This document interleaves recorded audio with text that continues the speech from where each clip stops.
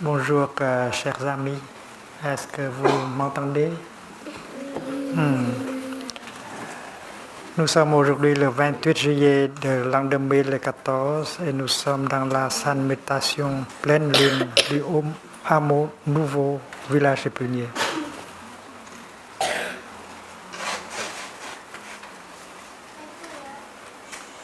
Est-ce que vous aimez manger du chocolat?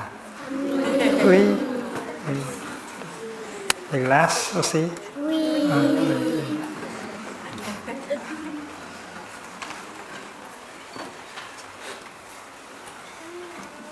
Un jour, Thầy était en train de manger un morceau de chocolat.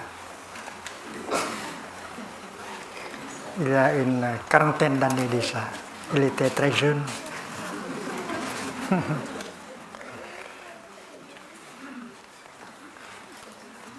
48 ans seulement. Et un ami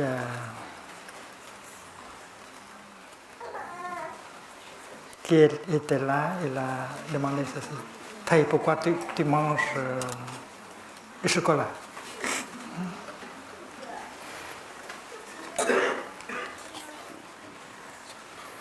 Et Thầy ne savait quoi dire.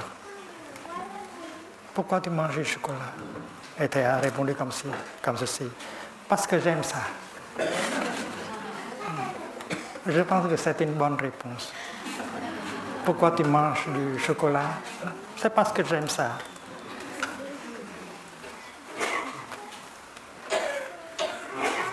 On aime non seulement le chocolat, mais beaucoup d'autres choses, comme la glace, etc. On aime aussi les jeux électroniques, n'est-ce pas? Vous êtes d'accord?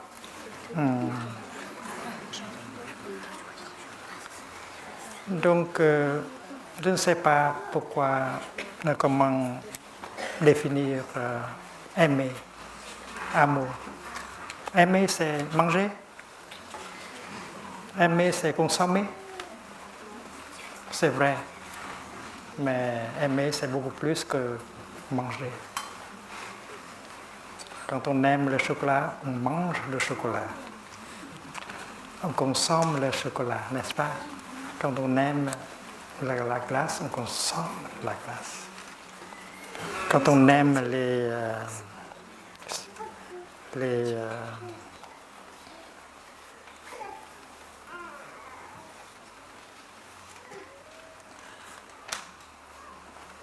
les gâteaux, on mange les gâteaux. Donc, dans la langue française, aimer, ça veut dire manger, consommer. Mais le mot manger doit dire quelque chose d'autre, non seulement consommer. Quand un garçon dit à une fille « je t'aime », qu'est-ce que cela veut dire? Cela veut dire « je veux te manger ».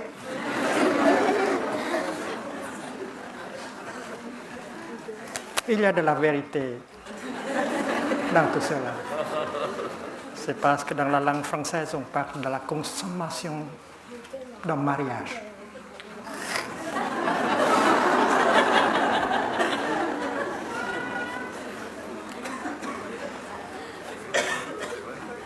Le garçon, en aimant la fille, la consomme. Et la fille, en aimant le garçon, le consomme. Donc, c'est très clair. Aimer, c'est consommer.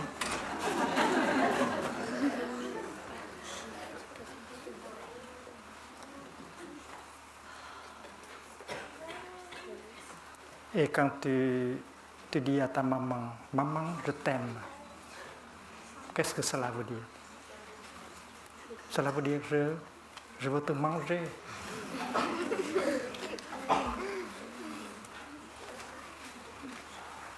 Il y a de la vérité dans tout cela. On mange sa maman. On consomme sa maman. Sa maman travaille beaucoup. s'occupe beaucoup de choses et pourtant elle a du temps pour prendre soin de toi. Quand tu as faim, elle te donne à manger. Quand tu as soif, elle te donne à boire. Quand tu as des maux dans le ventre, elle cherche à t'aider à souffrir moins. Et quand ta maman te dit « Chérie, je t'aime », est-ce qu'elle veut te manger ou non? Non. Pour la maman, aimer, ce n'est pas manger. Aimer, c'est être là pour prendre soin de quelqu'un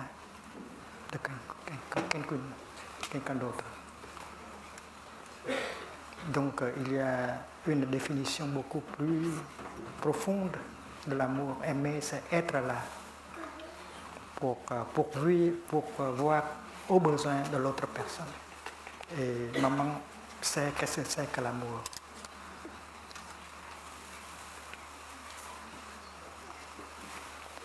Donc, quand on dit « Maman, je t'aime », tout d'abord, on veut dire « Maman, j'ai besoin de toi ». Sans toi, je ne peux pas continuer. Avoir besoin de quelqu'un, c'est aimer.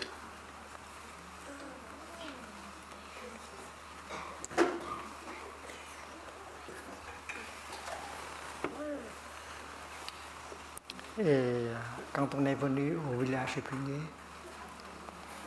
on apprend que aimer, c'est comprendre.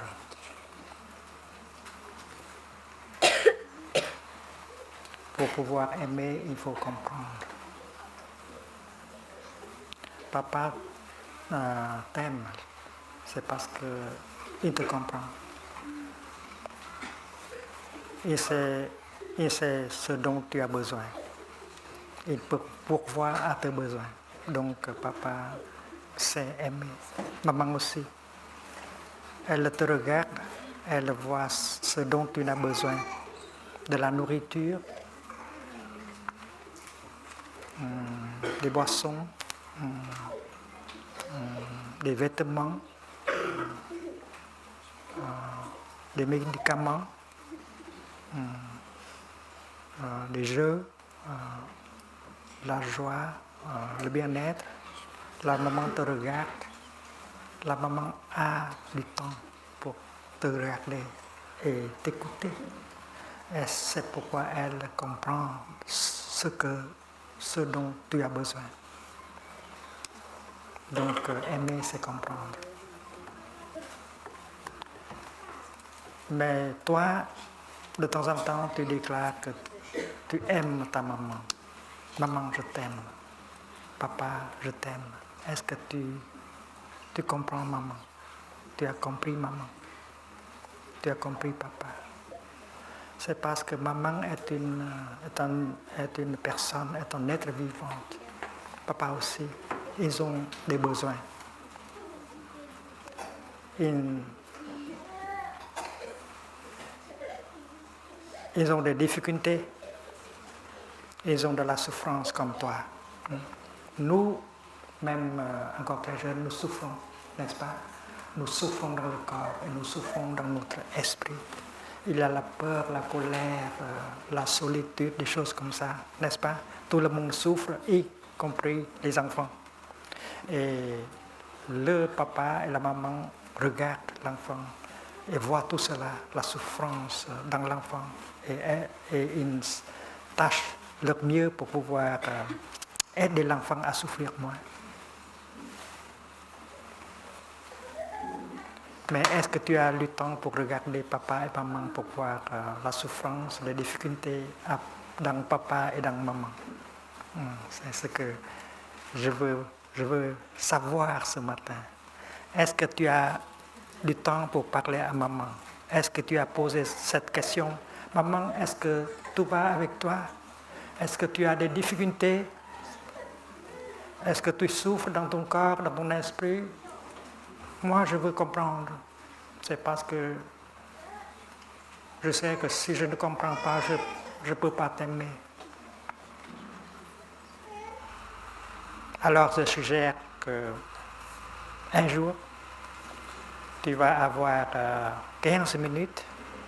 Tu vas venir t'asseoir près de maman et poser une question à maman. Maman, dis-moi, qu'est-ce qui se passe? Qu'est-ce qui se passe quand tu étais petite fille?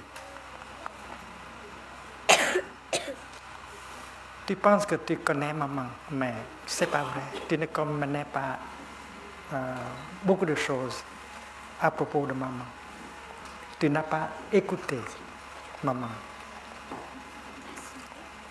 Maman, raconte-moi comment c'était quand tu étais petite fille. Il y avait des difficultés, il y avait de la souffrance. Dis-moi.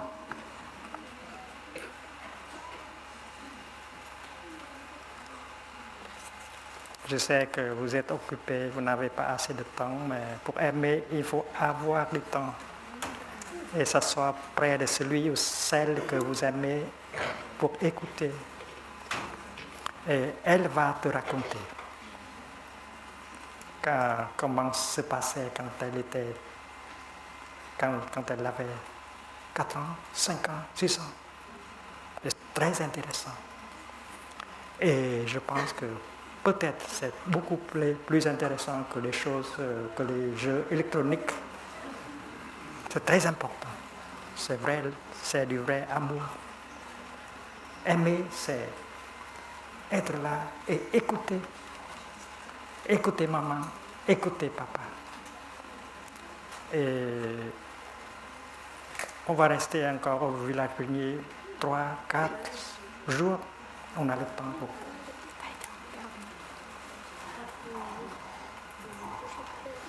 pour faire cela. Tu vas venir à maman ou papa et tu as 15 minutes. Et tu vas poser cette question. Papa, est-ce que tu peux me raconter ce qui se passait quand tu es petit garçon? Parle-moi de ta souffrance, de tes difficultés. Je veux comprendre. C'est parce que tu as dit que c'est l'amour véritable. Écouter et comprendre. C'est le travail de cette semaine. Est-ce que vous allez faire cela et rapporter à Thay plus tard? Peut-être vous pouvez faire cela aujourd'hui même. Quand vous entendez la petite cloche, vous pouvez vous lever et saluer la Sangha avant de sortir. Bonne journée.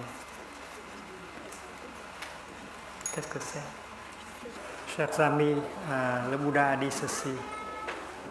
L'être le plus cher, la personne la plus chère qui vous est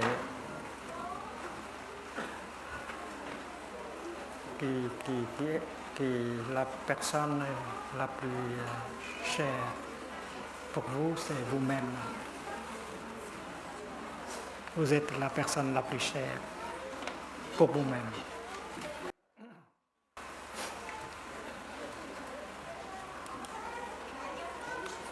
Et il faut savoir aimer vous-même. Il faut savoir écouter vous-même. Et si vous ne pouvez pas vous écouter et vous comprendre, alors ce sera difficile pour écouter et pour comprendre une autre personne.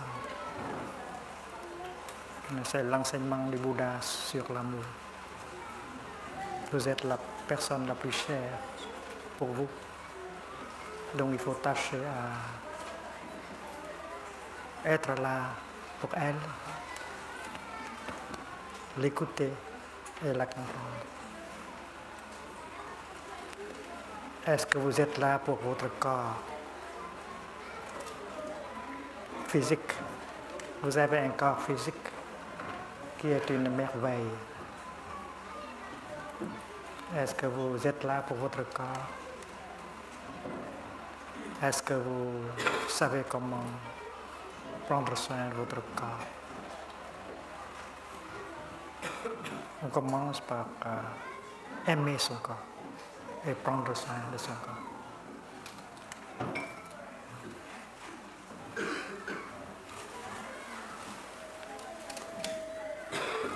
Les hommes et les femmes de science aussi tâchent de comprendre le corps. Les yogis, les pratiquants spirituels aussi, ils cherchent à comprendre son corps et prendre soin de son corps. Il faut pouvoir offrir le bien-être à son corps. Donc le yoga, la pratique du Qigong, il y a beaucoup de pratiques qui nous aident à ramener le bien-être à notre corps.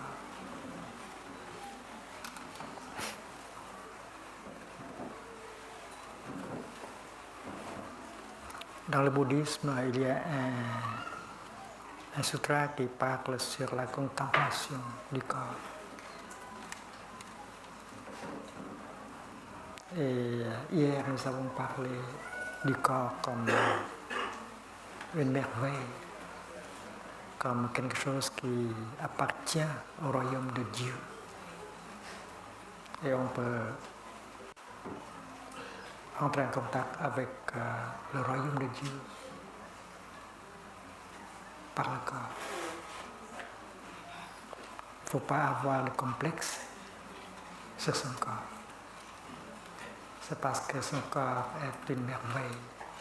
C'est un chef-d'œuvre de Dieu, du cosmos. Il ne faut pas avoir de complexe. Et le corps contient le royaume de Dieu, comme la fleur. Alors il faut ramener l'esprit vers le corps et être avec le corps afin de pouvoir prendre soin du corps et explorer le corps comme une merveille. Il faut pouvoir offrir au corps le bien-être, la légèreté.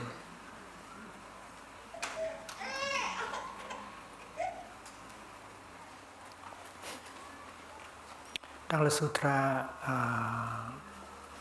de la respiration en pleine conscience, le Bouddha a offert 4 exercices pour nous afin de prendre soin de notre corps. Et le premier exercice, c'est j'inspire, je sais que c'est une inspiration que je fais. Quand on fait une inspiration, on porte son attention vers l'inspiration. On ne pense plus. On devient un avec l'inspiration. J'inspire, je sais que j'inspire. Être conscient de votre inspiration. J'expire, je suis conscient de mon expiration. Je sais que j'expire. C'est un exercice très simple et pas difficile du tout. Mais si vous portez toute votre attention dans l'exercice, l'effet sera magnifique. C'est parce que quand vous portez votre attention 100% sur l'inspire, vous êtes devenu votre inspiration. Vous et votre inspiration sont une chose, font une chose. Et comme il y a la pleine conscience et la concentration, vous pouvez déjà vous débarrasser de beaucoup de choses et devenir beaucoup plus libre. Avant cela, vous êtes occupé, préoccupé par beaucoup de choses. Le passé, le futur, les projets, la colère, toutes sortes de choses. Vous n'êtes pas libre, vous êtes très encombré. Mais quand vous portez votre attention sur l'inspire et faites une inspiration, alors vous devenez l'inspiration et vous pouvez relâcher tout relâcher. Et vous devenez une personne libre, libre de tout ça. Les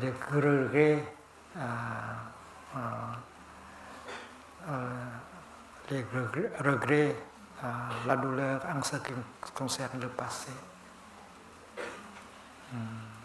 l'incertitude, la peur en ce qui concerne le futur, tout ça, vous pouvez relâcher. Et une inspiration peut durer 2 secondes, 3 secondes, 4 secondes. Et pendant ces 4 secondes, vous êtes une personne libre. Libre de tout ça. Le passé, le futur, vos projets, votre peur, votre colère. Donc la liberté, c'est possible avec la pratique. Et comme cela, vous pouvez ramener votre esprit vers le corps. En quelques secondes. Dans la vie quotidienne, plus souvent le corps est seul. L'esprit est ailleurs. Et quand l'esprit et le corps ne sont pas ensemble, vous n'êtes pas vraiment là pour vivre votre vie. Quand vous passez 1 heure avec votre ordinateur, vous êtes perdu dans le travail. Et vous oubliez complètement que vous avez un corps. Et quand l'esprit n'est pas avec le corps, vous n'êtes pas vraiment là pour vivre votre vie en profondeur.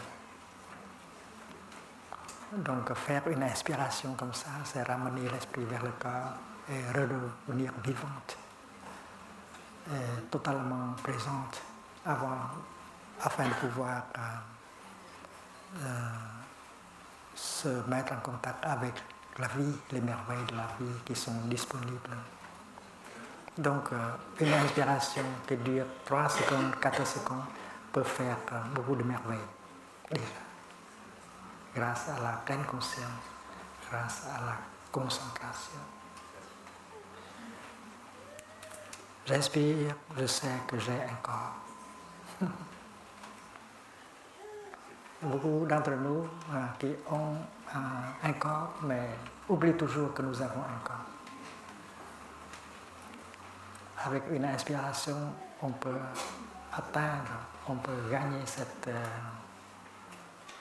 vision qu'on a un corps. C'est merveilleux d'avoir un corps.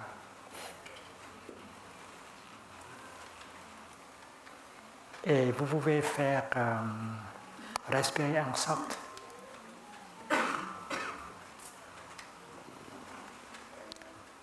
que vous puissiez apporter de la paix, de la détente à votre corps. Si vous continuez à respirer comme ça, si vous continuez à porter votre attention sur l'inspire et l'expire, votre respiration va devenir plus douce, plus profonde, plus harmonieuse. Et la paix dans l'inspire et l'expire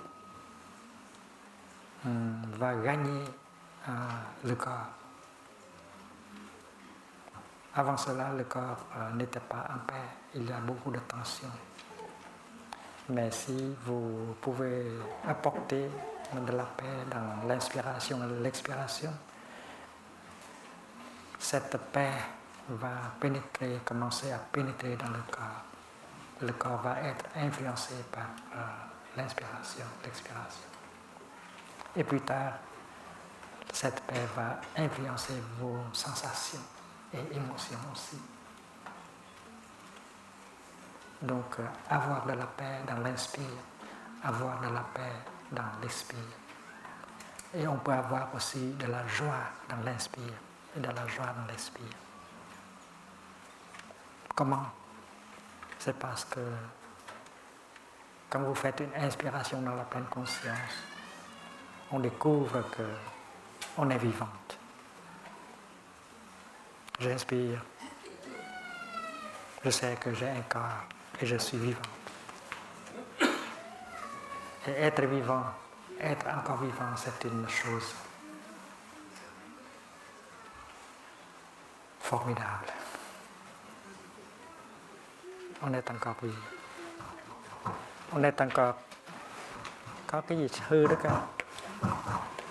On est encore vivant. C'est parce que on respire encore, n'est-ce pas? Donc, je respire, donc je suis là. Je respire.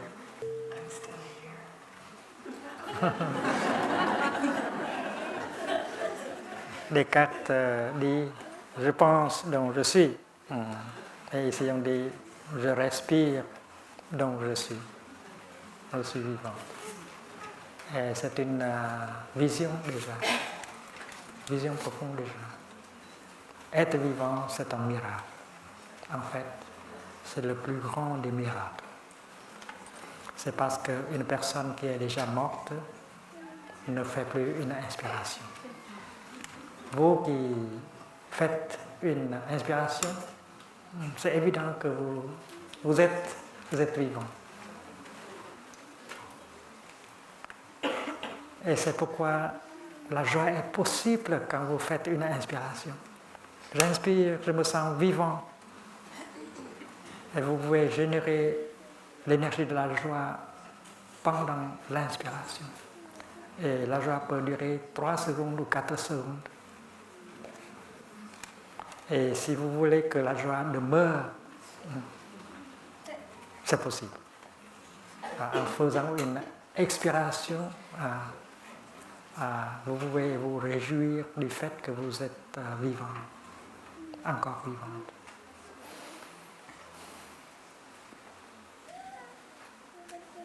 La joie, le bonheur est possible avec le premier exercice proposé par le Bouddha.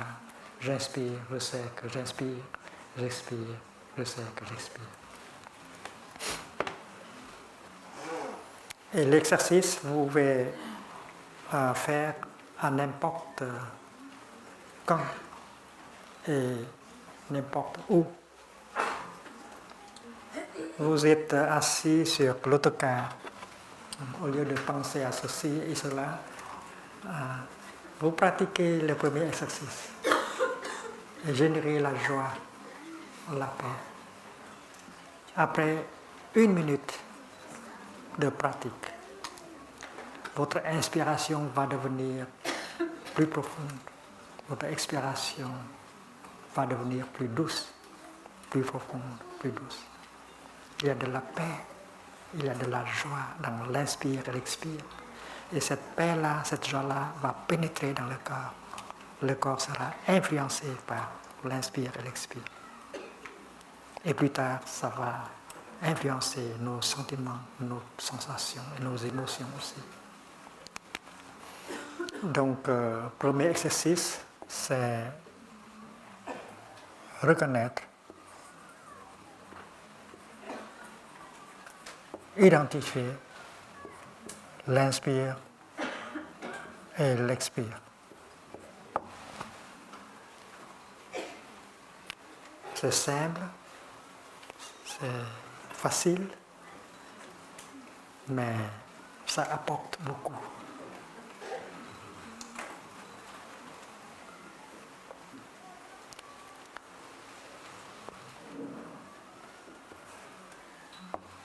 Deuxième exercice, c'est pratiquement la même chose que l'on fait, mais un peu plus en profondeur. J'inspire, Et je suis mon inspiration dans tout son parcours.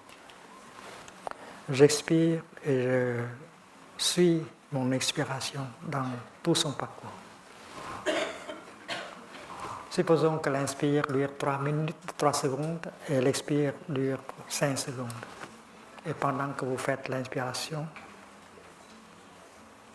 vous vous concentrez seulement sur un objet. Votre esprit n'a qu'un objet unique, c'est l'inspiration et l'expiration. Il n'y a pas d'interruption. Donc avec le second exercice, vous avez plus de concentration. La pleine conscience est porteuse de la concentration. Si on continue avec la pleine conscience, la concentration va devenir plus solide. Avec ces deux énergies-là, on va découvrir beaucoup de choses.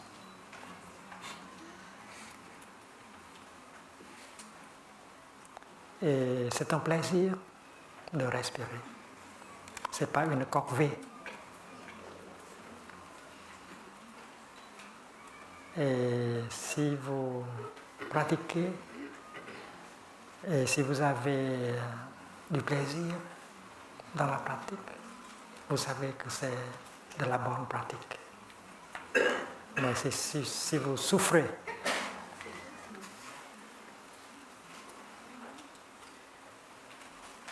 alors la pratique n'est pas correcte.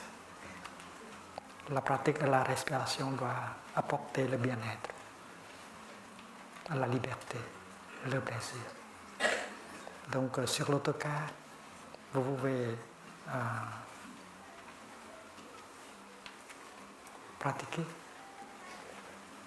et vous nourrir le corps et l'esprit avec la respiration en pleine conscience. Donc le deuxième exercice, c'est suivre son inspiration et son expiration. Le troisième exercice, c'est j'inspire et je suis conscient de mon corps physique.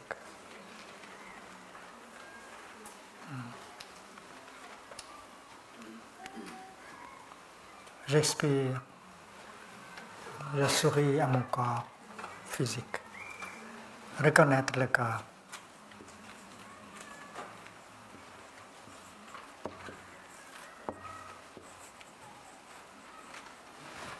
C'est la méditation sur le corps. L'objet de méditation, c'est votre corps. C'est le commencement de la méditation sur le corps physique. Alors, une inspiration peut ramener l'esprit vers le corps et reconnaître le corps comme une énergie. C'est une réconciliation entre esprit et corps. Peut-être l'esprit a délaissé le corps déjà très longtemps. Alors, l'esprit est de retour pour réconcilier avec le corps et prendre soin du corps. C'est un acte d'amour véritable.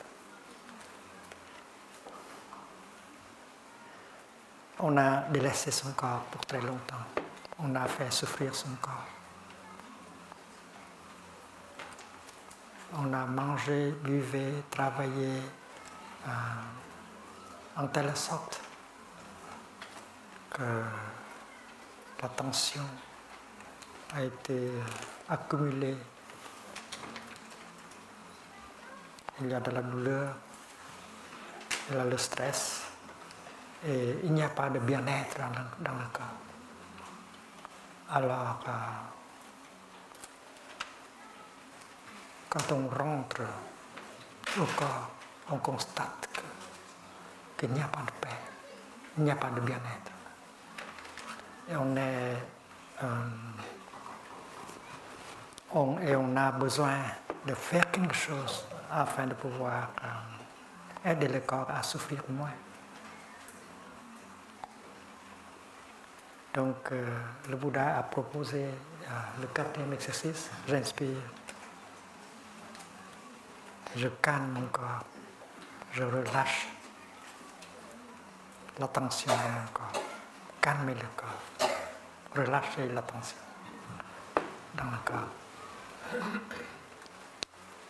Calmez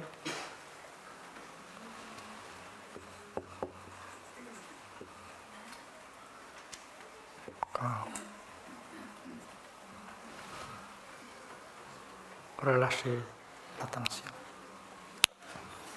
Donc, assis dans l'autocar, assis dans votre voiture, ou bien sur l'herbe, vous pouvez vous réjouir de la pratique afin de pouvoir aider votre corps à souffrir moins.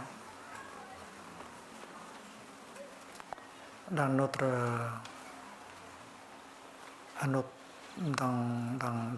temps, nous avons l'impression que nous n'avons pas assez de temps pour vivre. Nous sommes trop occupés. On n'a pas le temps pour respirer, pour être là pour soi-même. Et les êtres bien-aimés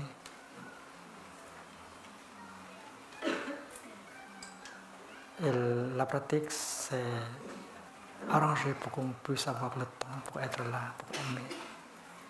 Et aimer soi-même afin de pouvoir aimer l'autre personne, les autres personnes.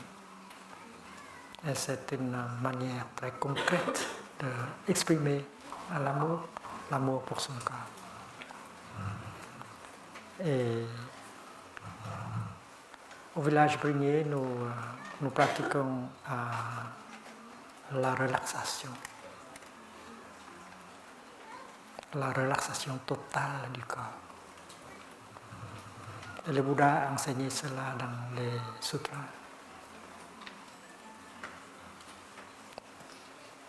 Il a donné l'exemple d'un fermier qui est monté dans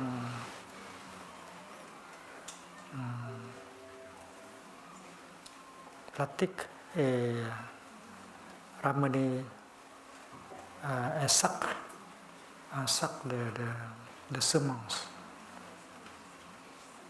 Il ouvre un bout du sac et laisse toutes sortes de graines, de semences à sortir, à s'étaler devant lui. Et avec les yeux encore en bon état, il peut reconnaître toutes sortes de semences, toutes sortes de graines qui sont sorties du sac. Les haricots verts, les haricots blancs, les graines de maïs, etc. Et le Bouddha dit que nous faisons la même chose avec notre corps. Dans une position assise ou allongée, on commence à respirer et reconnaître les différentes parties de son corps. On peut très bien commencer par la tête, le lobe frontal, occipital, temporal. J'inspire. Je suis conscient de mon cerveau. J'expire, je souris à mon cerveau. J'inspire, je suis conscient de mes yeux. J'expire, je souris à mes yeux. Et on va faire une visite de toutes les parties de son corps. C'est comme utiliser un scanner pour scanner le corps. Non avec le rayon X, mais avec le rayon pleine conscience. Scannez le corps. Et pendant que vous faites cela, vous apportez de la détente et de l'amour à chaque partie de votre corps. Et quand vous êtes arrivé à une partie qui souffre, comme le foie, le poumon ou le côlon, alors vous arrêtez. Et vous restez plus long avec cette partie qui souffre. Et vous pouvez apporter de la détente, de la paix, de l'amour. Et vous pouvez faciliter la guérison. Bien sûr que vous avez des médicaments, mais il ne faut pas compter sur les médicaments seuls. Il faut apporter votre soutien, aider votre corps à guérir. C'est un exercice proposé par le Bouddha. Dans une position allongée, dans 15 minutes, vous pouvez scanner votre corps, reconnaître les différentes parties de votre corps, envoyer, embrasser cette partie-là, ces parties-là, avec la pleine conscience. Et la paix, et l'amour. C'est aimer soi-même.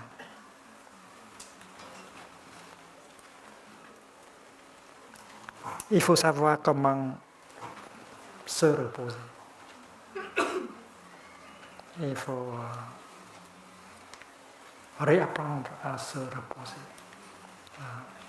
L'homme de nos temps ne peut pas se reposer.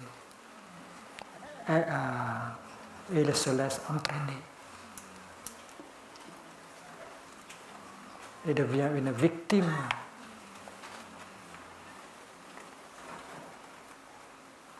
Donc avec la respiration consciente, on peut s'arrêter.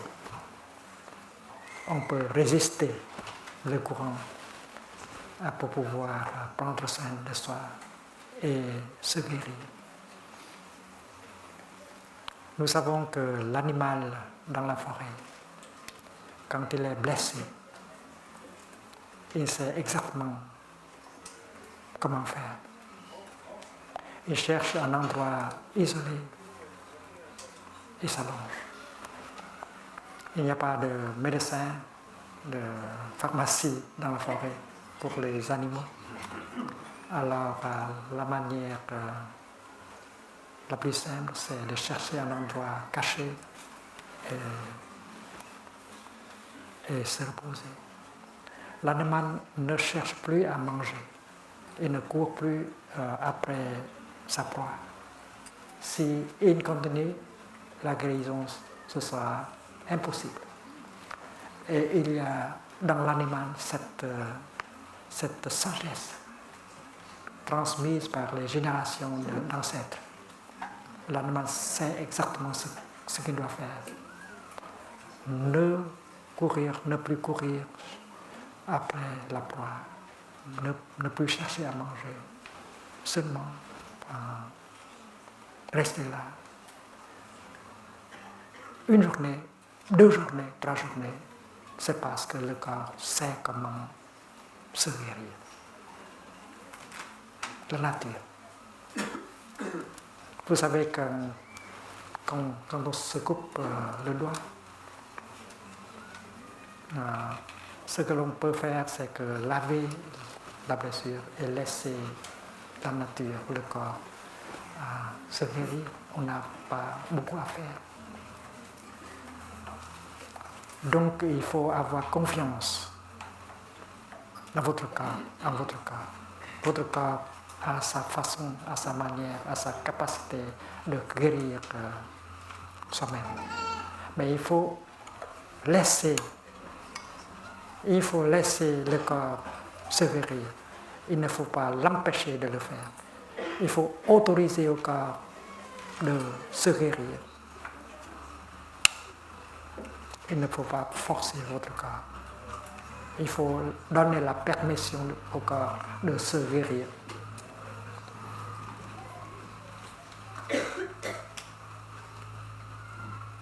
Nous avons des vacances d'été, d'hiver pour nous refaire une santé. Mais la plupart de nous ne savent pas comment nous servir de ces vacances. Après les vacances, on peut devenir plus fatigué. Donc il faut réapprendre l'art de se reposer. Et on peut apprendre cela de l'animal dans la forêt. Après quelques journées, l'animal est guéri, il se dresse et commence à chercher de la nourriture. Nous avions aussi cette sagesse en nous dans le passé, mais nous avons perdu cette sagesse. On a seulement confiance seulement dans les médicaments. C'est pas bien. Il faut avoir confiance dans le corps, dans la nature. Parce que si on laisse le corps du temps de la relaxation, alors le corps peut très bien se guérir.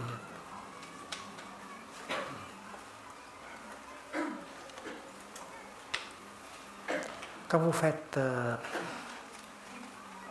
la méditation assise, faites-la en telle sorte que votre corps peut se reposer. Les moines et les nonnes qui vivent dans le monastère, ils ont la chance de s'asseoir comme ça le matin, le soir. Et c'est une occasion pour se renouveler, pour se faire guérir. C'est parce que si vous savez comment vous asseoir, si vous savez comment respirer et vous détendre, alors la guérison prend place pendant l'assise, la méditation assise. Ce n'est pas une corvée. Vous faites la méditation assise pas pour devenir un Bouddha, pas pour atteindre le satori, l'illumination, mais avant tout, c'est pour donner à votre corps une chance de guérir. Il faut commencer par le corps. Toute pratique spirituelle commence avec le corps. Il ne faut pas sacrifier le corps au dépend de quelque chose d'autre. Aimer le corps, c'est le commencement. Quand vous faites la marche dans la pleine conscience, faites-la en telle sorte que chaque pas apporte de la guérison. Chaque pas peut vous aider à relâcher la tension. Il y a des moines, des moniales, des pratiquants laïcs qui peuvent faire cela dans notre sangha. Alors, il faut s'entraîner à marcher comme ça, de votre parquet vers votre bureau. On peut marcher en telle sorte que chaque pas puisse apporter de la relaxation et de la guérison. La relaxation amène la guérison.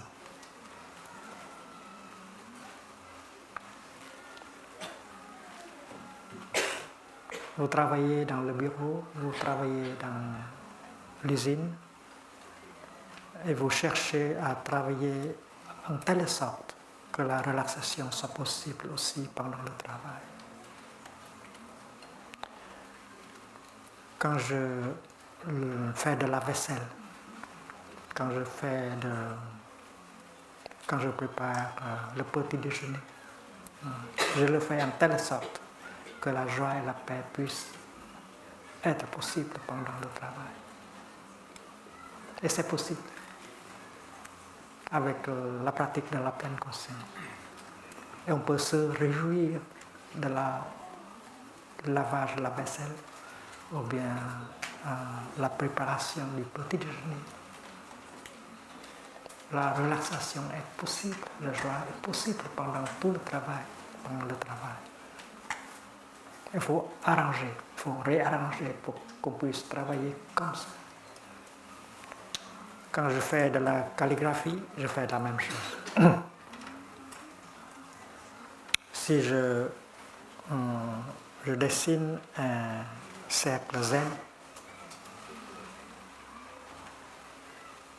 ce n'est pas seulement pour avoir un beau cercle,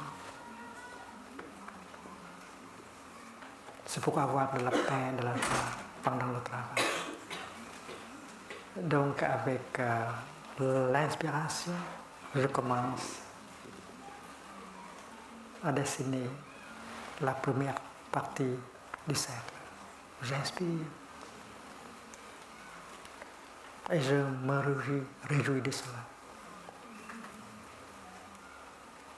Et comme la pleine conscience est là, la concentration est là aussi, et la vision profonde. Si vous êtes là vraiment, alors vous constatez que c'est merveilleux, que vos doigts sont encore assez agiles pour dessiner, pour écrire comme ça. Un jour, les doigts vont être rigides et vous ne pouvez plus faire un cercle comme ça ou écrire le L, le M comme ça. Et maintenant, vous pouvez encore faire cela, c'est une merveille. Et cette vision, cette connaissance vous apporte du bonheur. Quand vous faites la méditation, vous pouvez voir des choses que les autres ne voient pas. Quand je fais de la calligraphie, je peux inviter mon papa à faire cela avec moi. C'est parce que cette main est ma main, bien sûr, mais aussi, c'est aussi une continuation de la main de mon papa. Alors, le papa et le fils font ensemble de la calligraphie. C'est une chose formidable.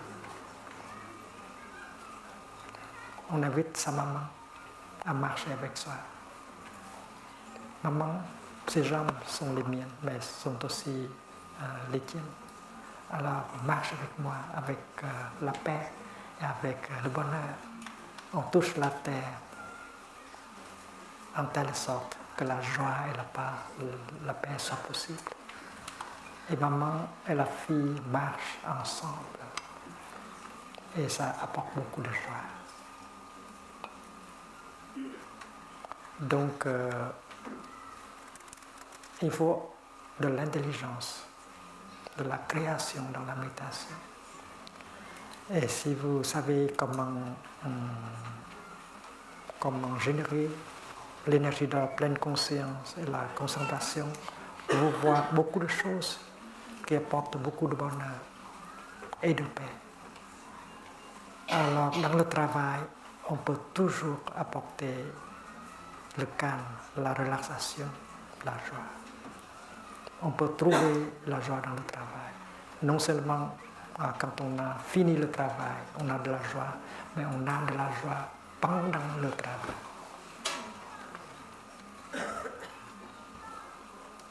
Il faut s'entraîner pour pouvoir le faire. Et chaque personne a sa manière de faire cela. Il faut chercher, il faut inventer.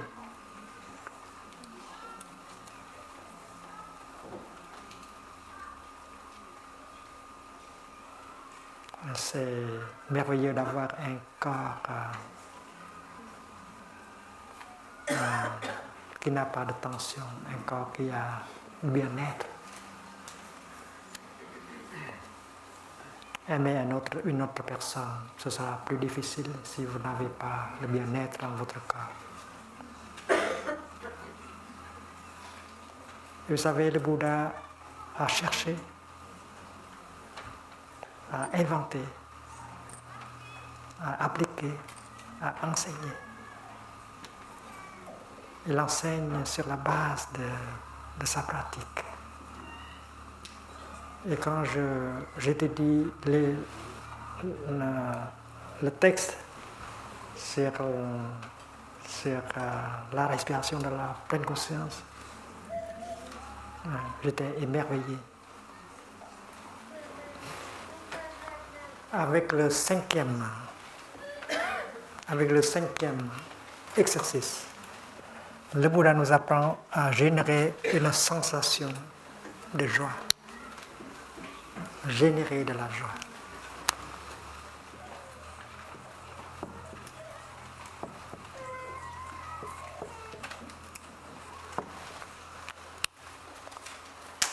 Et c'est une chose possible à n'importe quand. Si vous êtes pratiquant, alors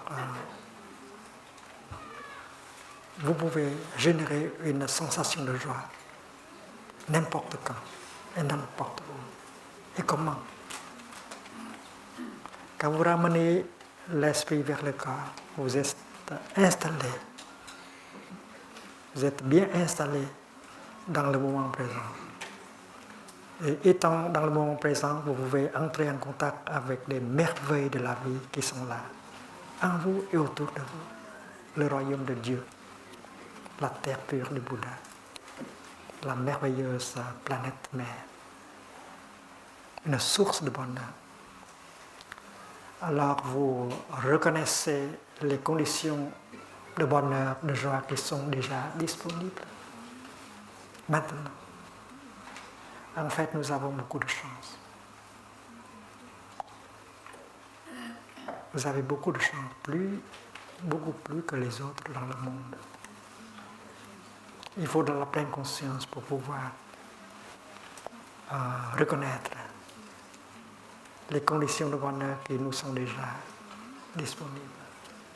Par exemple, si vous avez besoin de l'eau, vous n'avez que ouvrir le robinet et l'eau de la montagne profonde dans la terre est venue jusqu'à votre maison, votre cuisine.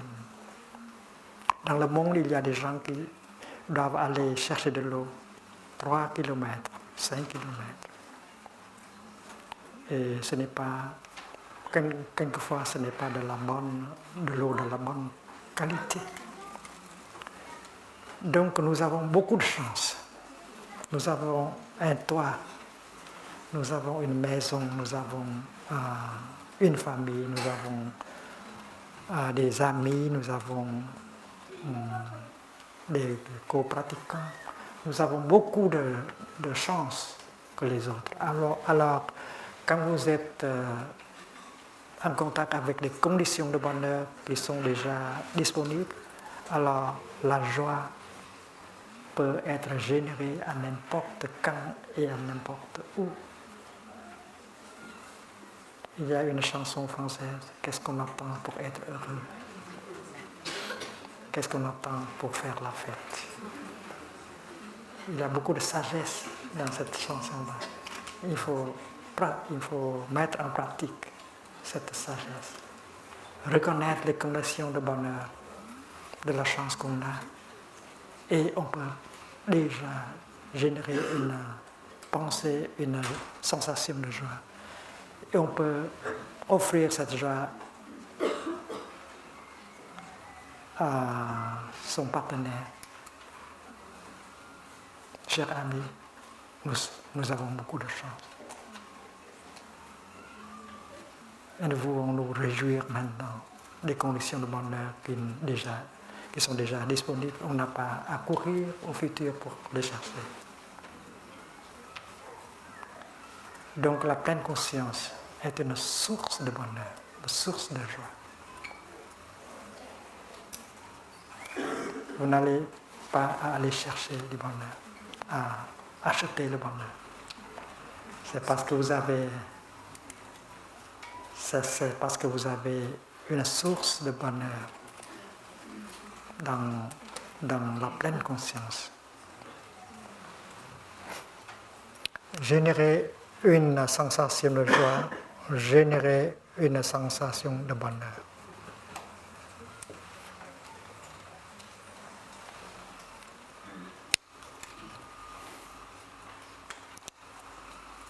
Si vous avez un corps qui n'a pas, qui a du bien-être, alors la joie est possible quand vous marchez. La joie est possible quand vous êtes assis. La joie est possible quand vous dansez, quand vous travaillez. Alors la joie peut venir de votre corps aussi.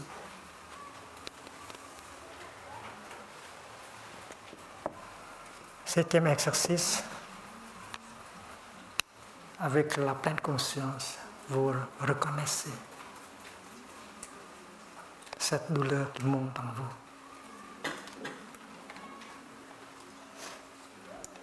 Cette sensation douloureuse qui monte.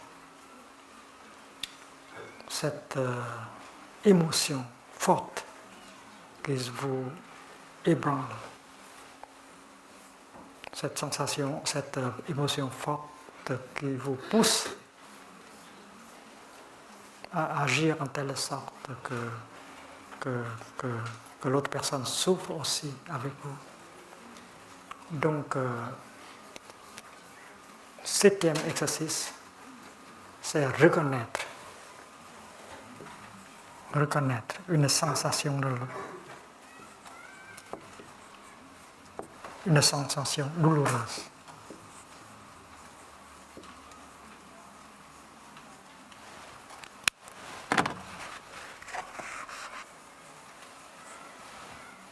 Avec le septième exercice, on apprend à gérer une douleur. On apprend à prendre soin de notre douleur, notre peine. C'est parce que nous tous, nous avons de la souffrance, de la douleur en nous. Alors il faut apprendre à prendre soin de notre douleur, de notre souffrance.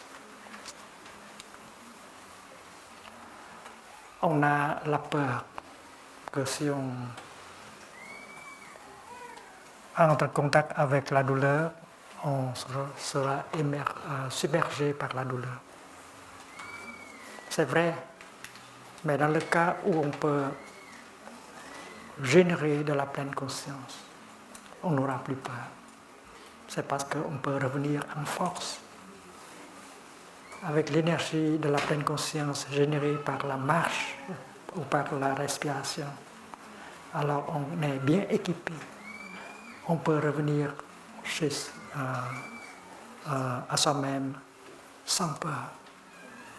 C'est parce qu'avec cette énergie de pleine conscience, on peut reconnaître et embrasser la douleur, comme une maman tenant son bébé dans ses deux bras et l'embrassant tendrement. François Sagan, bonjour tristesse, bonjour tristesse. C'est la pleine conscience qui dit bonjour. Il y a la douleur, il y a la pleine conscience qui dit bonjour et qui prend soin.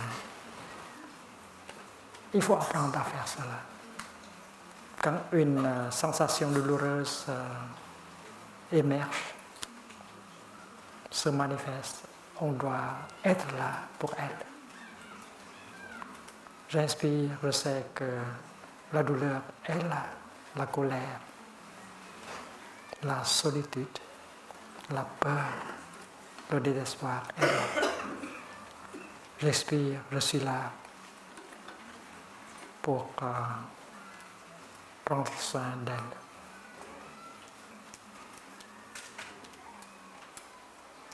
Bonjour douleur, bonjour tristesse. Je suis là pour toi. Je vais prendre soin de toi. C'est le septième exercice. Dans la position assise ou marchée, vous pratiquez la respiration consciente pour générer de l'énergie de la pleine conscience, la concentration.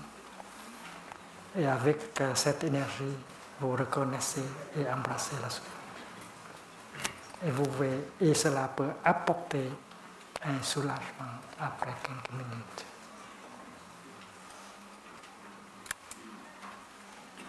au lieu de réagir,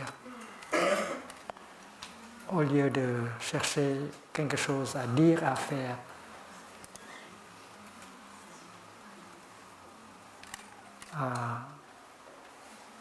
vous revenez chez vous, en vous, et vous prenez soin de cette souffrance qui est bien en vous. C'est votre bébé.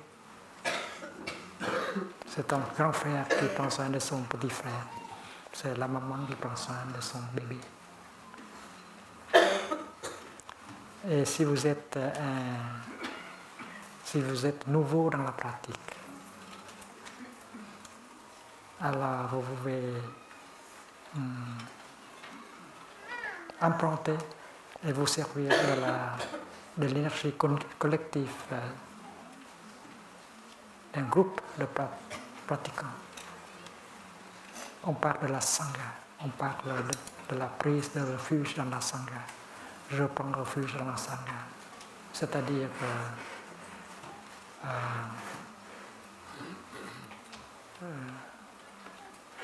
j'ai le temps pour bâtir une Sangha. Je pratique avec ma Sangha. Et je profite de la présence de ma Sangha.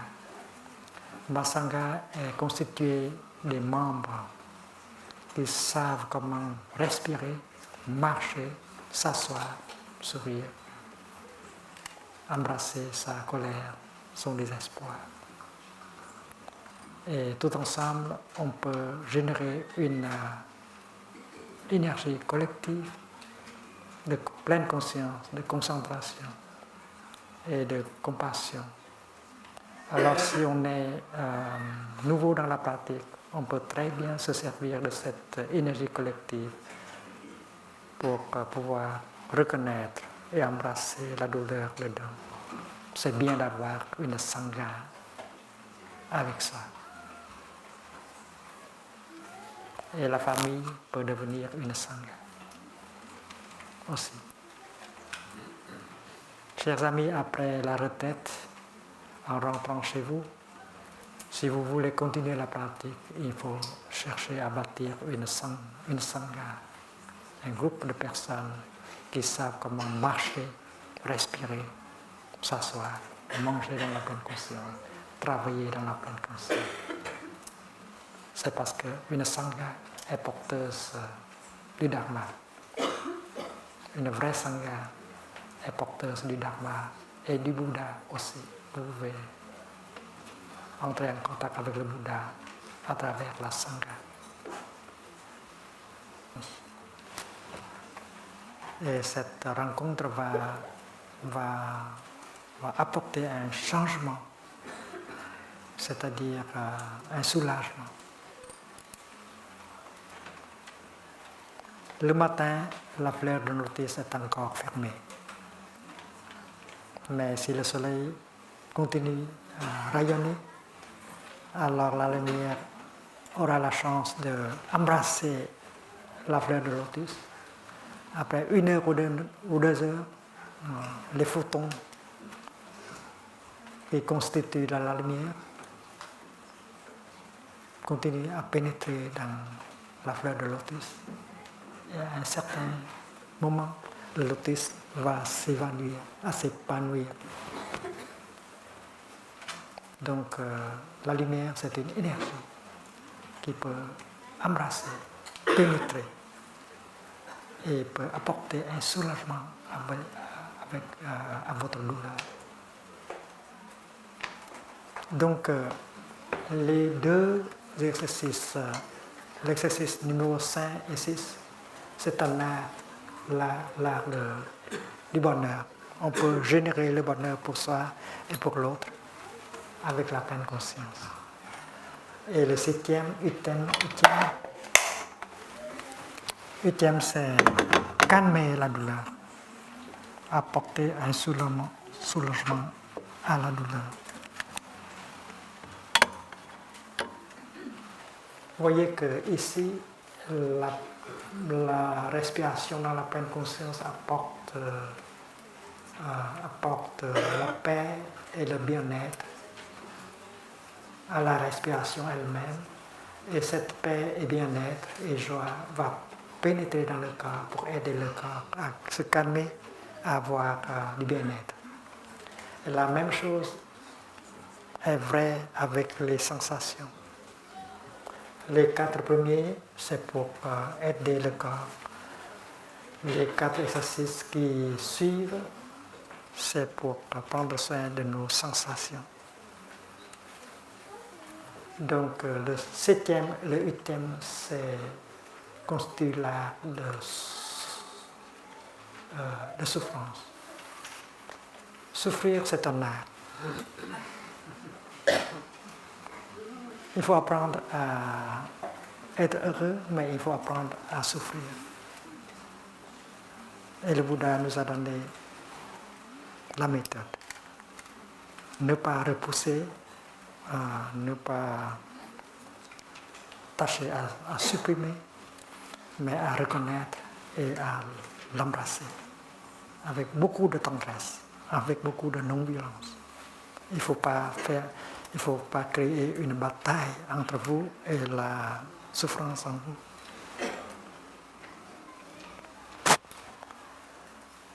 Donc, c'est l'art de souffrir. C'est parce que si on sait comment souffrir, on va souffrir beaucoup moins que les autres. On n'est pas submergé dans la souffrance. On peut embrasser la souffrance avec la pleine conscience et on peut ramener un soulagement.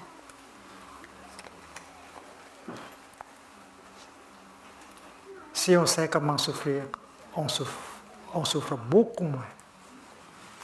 Et on peut aller plus loin avec les autres exercices qui suivent. Se servir de la souffrance pour générer la compassion et l'amour.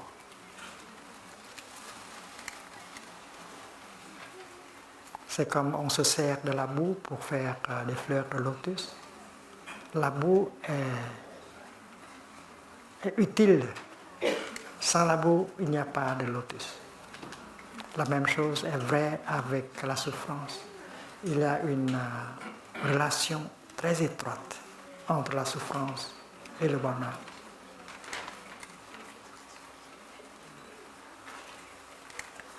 Si on sait comment se servir de la souffrance, on peut générer de la compréhension. On comprend la souffrance. Et la compréhension de la souffrance va faire naître la compassion.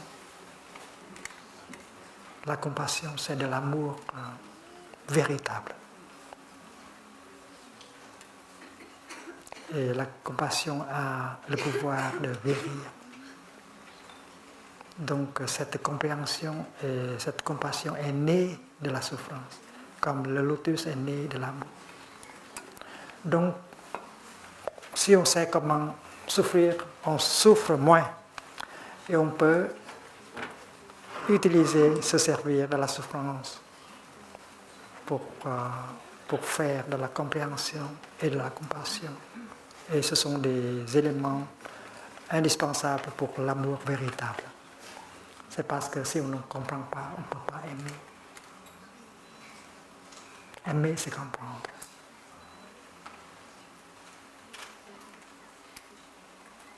Et comprendre, c'est un travail. Il faut avoir le temps pour regarder, pour écouter.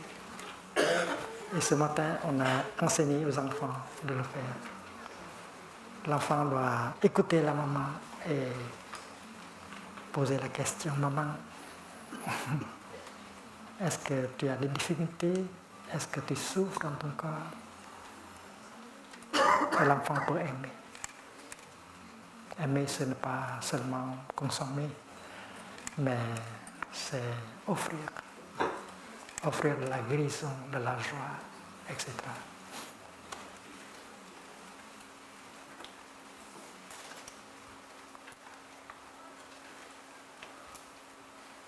On peut parler de la bienfaisance de la souffrance. Et vous savez que le royaume de Dieu, pour moi, C'est quelque chose de très concret, disponible ici et maintenant, comme la terre-mère. Et pour moi, le royaume de Dieu est sur terre. Cette fleur de lotus appartient au royaume de Dieu. Et elle est porteuse du royaume de Dieu. Et votre corps aussi. Votre corps est une sorte de fleur qui est porteuse du royaume aussi. Il faut de la vision profonde pour pouvoir entrer en contact avec le royaume de Dieu qui est disponible. Ma définition du royaume de Dieu, ce n'est pas un endroit où il n'y a pas de souffrance. La plupart d'entre nous pensent que le royaume de Dieu, c'est un lieu où il n'y a pas de souffrance. Mais pour moi, c'est une idée très naïve. C'est parce que s'il n'y a pas de souffrance, il n'y a pas de bonheur non plus. Si on n'a pas de la boue, on ne peut pas confectionner les lotus. Il y a une connexion profonde entre la souffrance et le bonheur. Si on sait comment souffrir, on souffre moins et on peut se servir de la souffrance pour fabriquer l'amour et la compréhension. Donc ma définition du royaume de Dieu, c'est un endroit où on sait comment se servir de la souffrance pour fabriquer de la compréhension et de l'amour. Et la population dans le royaume doit connaître cet art. Se servir de la souffrance pour faire le bonheur de soi-même et pour les autres. La souffrance est quelque chose de bienfaisant aussi. Il ne faut pas essayer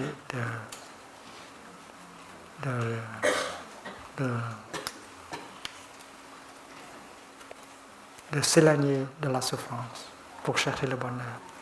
Le bonheur peut être dans la souffrance elle-même. Et c'est l'enseignement du Bouddha. Phiền não tức Bồ Đề. Les afflictions, c'est l'éveil même.